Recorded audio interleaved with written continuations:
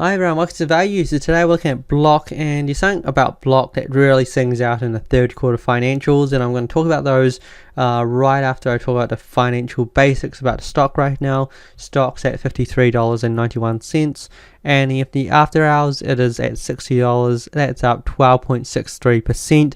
And that's obviously on some really positive views on those third quarter financials.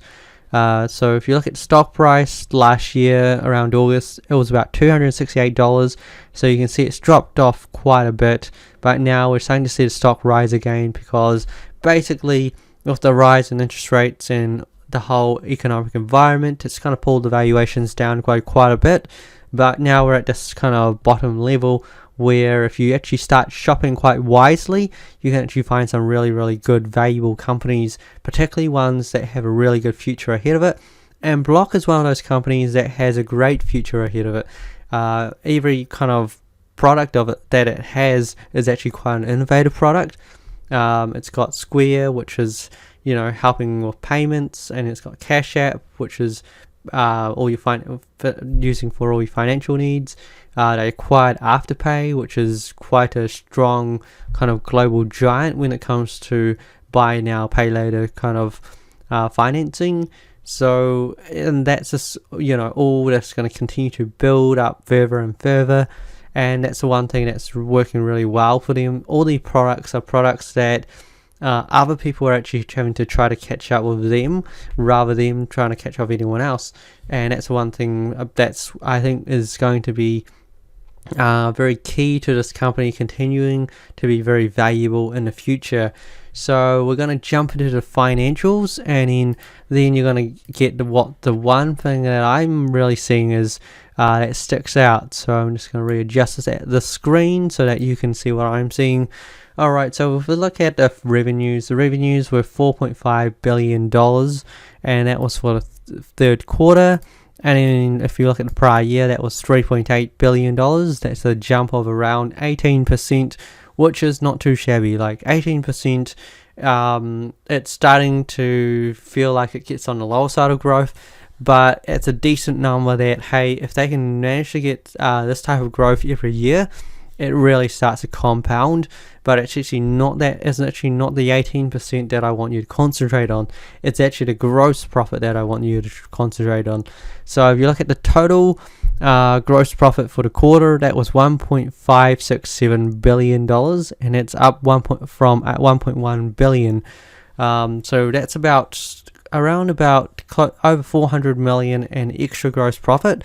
And then if we consider how much extra revenue, the extra revenue is about over $600 million. So over $600 million of extra revenue translates to over $400 million in extra gross profit. And that's what you really want to see with this type of business, that those profits are actually starting to translate down. Firstly, it's the gross profits. If we look at the net income, obviously they're losing $14 million, and last year it was just more or less just breaking even. So we're not that worried about it, because if you look at their product development costs, they're spending $548 million for the quarter, and it's up from $360 million. So any company spending that much money on research and development kind of costs, you gotta be thinking they're basically focused on the products. They could easily start to cut costs. If they start to cut costs, these guys could be very profitable very quickly and very soon if they really wanted to. Right now, they're actually not that worried. Right now, they're actually focused on creating a company that's going to be very innovative, and basically they're just going to expand all over the world. Say like Cash App, they're not really in many places around the world, so they're mainly focused on the US, but very soon they do have plans for, like, say, Europe and all that.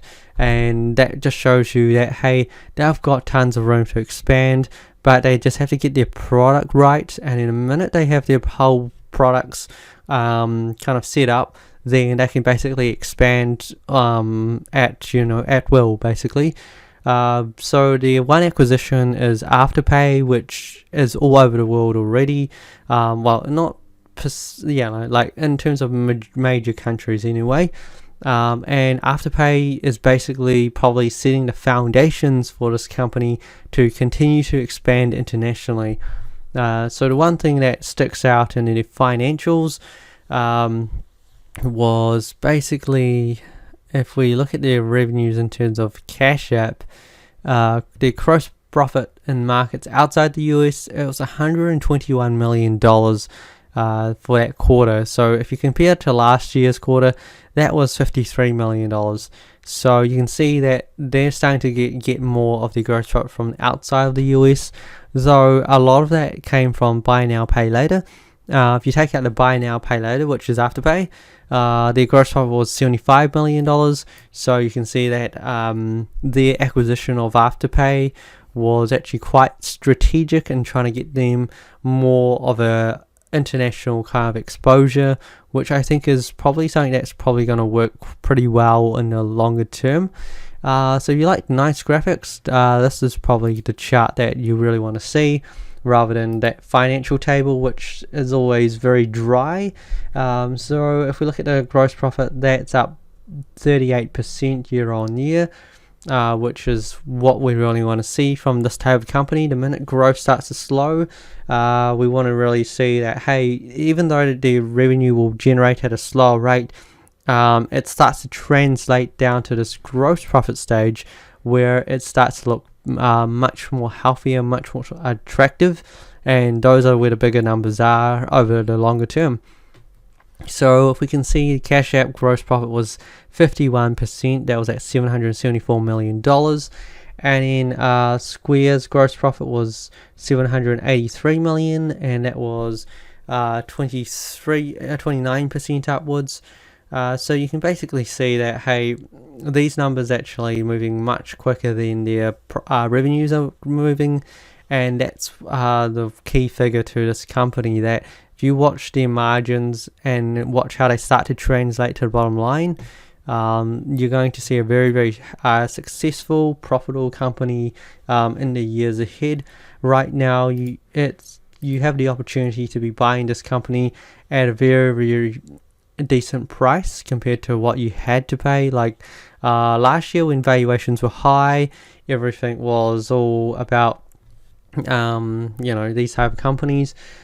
Pricing was high, but now you have kind of a situation where you actually can get into these type of innovative payment companies at a fairly reasonable pricing, that in the future, like, this is a great long-term company to hold. Short-term, I can't really say how well short-term is in terms of that, but I think long-term, this is a company that will just continue to build from strength to strength. Jack Dorsey is a very intelligent CEO. He kind of sees the future much better than many other people can, and he just builds everything towards that.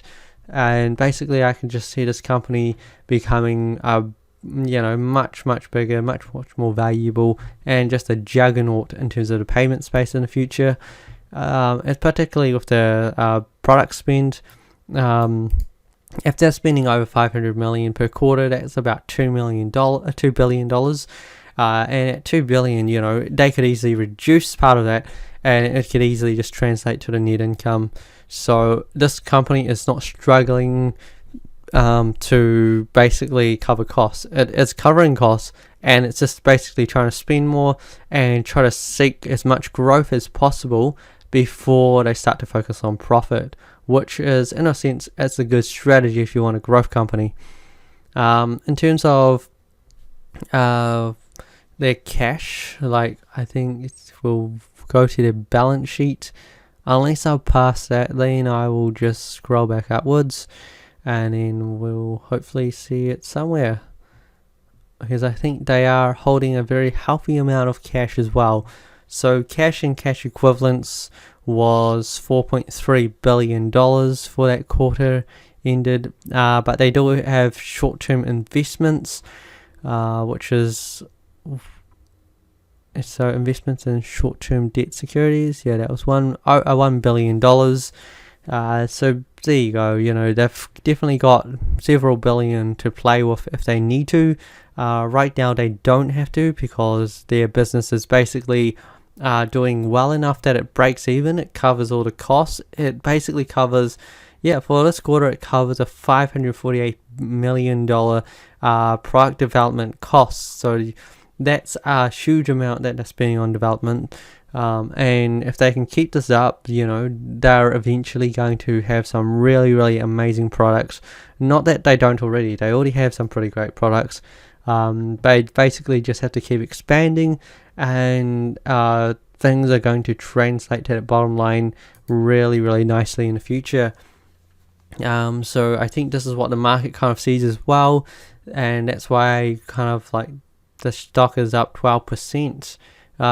So that's what I really want to focus on in terms of Block. I have the urge to say Square too often because they used to be called Square. Even that symbol has not changed. It is still Square there. But in terms of Block, yeah. Actually, I should drag this along back here, so then you have a view of what I was talking about in terms of the SQ. So in terms of that, I think right now this is quite a good kind of long-term type of company that you don't actually have to think too much about, because the company is doing so much behind the scenes that it's not a company that you would have to worry too much about. They're innovative. That's one thing. That the competition is probably the ones that have to catch up with them rather than having to catch up with the competition. So in terms of what they do, they're kind of industry leaders in all their fields. So that's one thing. Like, you always want to invest in the innovative companies and the ones that do not rest on its laurels, and it is spending enough money in product development, and it has a very forward-thinking CEO. That this is the type of company that if you like kind of buying and just setting it down for longer term, this is definitely one of the long-term companies to look out for. Until then, good luck investing, everyone.